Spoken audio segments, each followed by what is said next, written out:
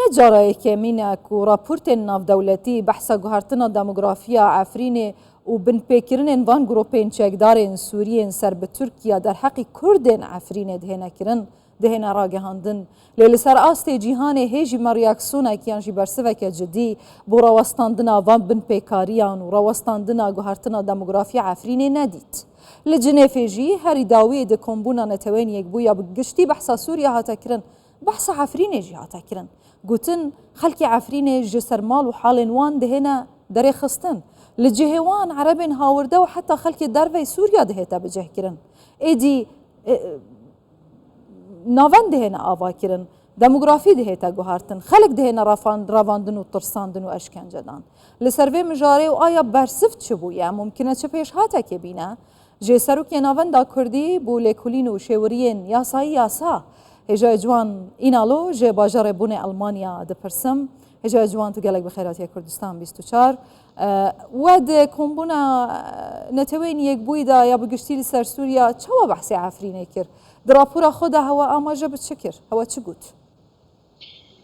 Belê berî herî tiştî ez dixwazim spasiya Kurdistan 24 bikim, spasiya we hemiyan bikim. Ev ne jara yekem e ku em li encûman wisa beşdarin û ser rewşa Efrînê an cihên dîyên dagirkirî çi ji alî Tirkiye ve an jî ji aliyên din ve diaxivin. Ev beşdarbûn ew tiştekî herî giring e ji ber ku mafê miletê Efrîn, mafê me ez bixwe Efrînî me, mafê me Efrîniyen wê winda bibe eger mafxwaz nemîn. Rewşa Efrînê hinekî biçûk hatî guhartin. Ti soz tune ji ber ku Tirkiye heya niha bi serhişkî diçe ber meselê, dixwaze guhartineke demografî çê bike. Serokkomarê Tirkiye li sala 2019 bixwe got em naxwazin Kurd li aliyê sînorê paş sînorê bijîn, em dixwazin Ereb em dibînin Ereb baştir in. Başe hêjayê ciwan em zanin berê da çi hatiye gotin û çi hatiye kirin. Hewa di rapora xwe de behsa çi kir? Hewa got çi? Eva rapora sêyemîn e niha em derdixin ser rewşa Efrînê. Ji ber ku em bixwe dubare nekin, em pir vê carê li ser guhartina demografîk em axivîn, em pir li ser tunekirina kultûr û hebûna Kurdî li Efrînê axivîn. Ew ji me re pir giring bû ji ber ku binpêkirin ne tenê li ser kesan çê dibe, binpêkirin li ser kultûra Kurdî, li ser çiyayê kurmêj çê dibe. Ew hewl didin ku kultûra Kurdî, hebûna Kurdî li derê tune bikin.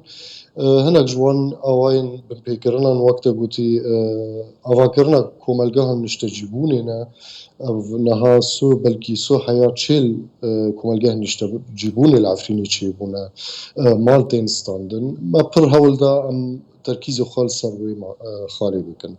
Lê dîsa binpêkirinên dî çi kuştine, çi talan kirine, çi siruşt xira kirine, ew jî gê di raporê de ne. Başe. Hêja ciwan ew welatên berpirs di talankirina Efrînê û guhartina demografiya Efrînê hemûya guh li rapora hewa bû.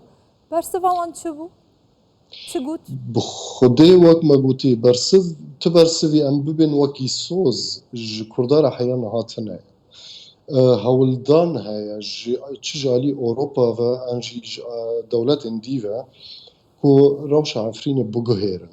Lê wek me gotî Tirkiye bi serhişkî niha diber meselê de.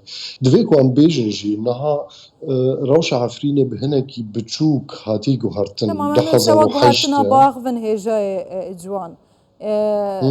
Em ê li ser wan guhartina baxivin ka bi nerînewa ew guhartinên biçûkên çêbûne li ku derê çêbûne? Çi guhartin çêbûne? Kiye sedema wan guhartina? Sedema guhartina ku zeqet ji Ewropa de li ser Tirkiye çê dibe. Binpêkirin ne wekî 2007 binpêkirin hîn berdewam e. Nem dibêjin nemaye. Binpêkirin berdewam e, roj bi roj e, lê ne wekî berê ye. Me digot li 2018 belkî li her rojekê 200 binpêkirin çê dibûn, ew dak hetiye belkî em bêjin 150. بلێ ئەوژ مەرە نەباسە ئەم دخوازن ئەفرین vegera ئەفرین ئەم ناز dikin û ji ber wê jî em çalak dimînin em mafxwaz dimînin ji ber Efrînê û girê spî û serêkaniyê.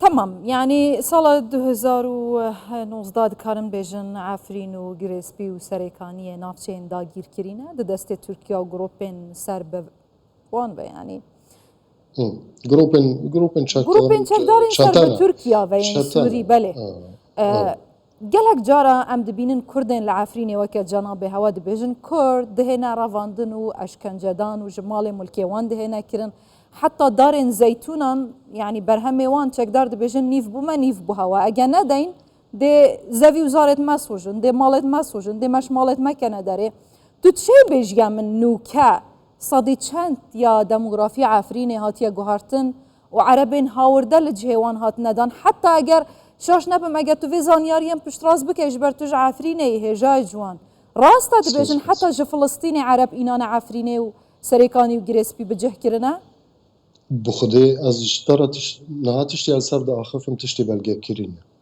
ew gotinên ser sosyal medya tên axiftin ez ew ji me re ji yasa re ne belge ne tiştê em dizanin Filistîniyê li Sûriyê ketine Efrînê me bîst koplanek heye ku Filistîniya ji Xeze jî bînin Efrînê lê heya niha belgel bame tinene ku tu ereb nû ji Filistînê anîne niha pir Filistînî li Sûriyê dijîn jêr dibêjin Filistînî 48 sala 1948 ew jî ji Filistînê derketine li Sûriyê dijîn ji wana pir anîkirin Türkmen pir ketine Efrînê û ew tiştekî rast e niha di rapora me ya duyemîn de me wek mînak dayî ew lîstek tê de heye li gundê min li navê gundê min bi Kurdî Şêran e li Efrînê bi erebî jê dibêjin Şerran ew jî تعریب bûye yani ji sedî 19 mane ji xelkên gund ji sedî 19 ew watayê dide ji sedî 81 bûne ereb têde hatine niştecîkirin li gundên êzdiya ew tiştekî pir xirab e rewşa wan pir xirab e li pir gundên ku birayên me êzî têde dijîn dak hetî ji sedî 0 têde kesên gund nemane guhartina demografîk ev bû 6 sal nîvin berdewam e belê çi bi standina mal û mewalên xelkê Kurd ya Efrînî an jî bi avakirina komelgehên niştecîbûnê baş e hêja ciwanvan demên dawiyê li navçeyên jêr destê Tirkiya li Rojavayê Kurdistanê hewa dît çend alozî derketin û xelek daxwaz dikin ku êdî Tirkiya û grûpên serbiwan ji navçeyê derbikevin we li ser vê jî ew welatên rûniştî û endamên wan li wir we ew agehdar kirin ku xelek dibîte qurbaniya van kiryarên hovane û bi berdewamî sivîl li ber pêya çin bersiva wan çi bû gelo bi Xwedê ve xwendin ji me re ji bo rewşa Efrînê bû binpêkirinên Tirkiye û ew grûpên çete bû dem pir teng bû me nikanî ser rewşa niha li Efrînê jî biaxiviya lê em bi Xwedê em bi çavekî bi tirs li rewşê dinirin tiştekî pir giring e divê nirîna me wisaye ji vê derê de ji derve de xelkên ku evqa salin binpêkirinan li Efrînê bi piştgiriya Tirkiye dikin ew niha ditirsin ku Tirkiye pişta wan berde ji ber wê ew ditirsin nedixwazin bi destê grûpên Kurdî kevin ne bi destê Esed kevin eger Tirkiye pişta wan berde ew dikevin pirsgirêkeke herî mezin ji ber ku ev 6 salin 7 salin nêzî 7 salin binpêkirina bi heqî milletê sivîl dikin yani ji ber wê ew ji xwe tirsîne naxwazin vegerin rewşa berê belê Tirkiye niha dîsa divê rewşê de jî ez bawerim pir millet hatin kuştin hinek ji wan milletê sivîl bûn jî em dibîn mixabin ku rewş wisa bûye lê Tirkiye ji destpêkê de hebûna wê di Sûriyê de bi zirar bû divê ku Sûrî milletê Sûrî bixwe bizanibe bi taybet opozisyona Sûriyê a piştgiriya beşekê wê opozisyonê hêjayê ciwan yanî nûnerên Kurda têda ne û beşekê Kurda wiha xwe ji opozisyonê يعني حساب دكن دناف وان دانوستاندن و ايدي وان شيوريان دان السراستي ناف دولتي ودبيجن امادني ندقال اساترون لبشتي نوتشين بهزن لهفكرنا شام وانقره ولهف جفينا اسد واردوغان افلانه هندكي بيدنگ بونا برايا هوا بلهفكرنا كدناف برا اسد واردوغان چه بسري وان نافجا تيتن بتايبتي كو داخازا سركيا اسد نمانا یک جاریا هزن ترکیه لسر آخا سوریا و روجاوای کردستانه ممکنه گوهرتن چه بیتونو اف شرط و مرجع بهنا قبول کرن؟ از باورم پرسگیره که اسد یه مزم اپوزیسیونه و پشگیری اپوزیسیونه هبونا ترکیه نوی پرسگیره که مزنه او بدميرا درد كافنش سوریه یعنی و اپوزیسیون زی مخابن به ترکیه و گریداین یعنی او اگر ترکیه پشگیری وان بردا او ببن پنابر ترکیه انجی ولات اوروبا جبرکو حیانها وان تحل دانانیش ملت سوریه را کراوش سوریه و چاوا و پشتی اسد نزیک بون و چه ببن هولدان نزیک بون نه انا و چه ببن نافبر انقره و شامیده چه انجام ویبن کی دی سببن ضحیش و نزیک بونه را هین ام نزانن ام هول ددم کو کرد به سلامتی و گرن مالت خو نونرن کردان د مخابن امکانن رخنوانجی بکن چه اپوزیسیونه چه نونرن کردینه از باورم جه رخنا کرنه هجا سروکی ناوندا لیکولینان ناوندا کردی بو لیکولین و شورین یاسا هجا جوان اینالو جبونا آلمانیا گلکس پاس هجا جوان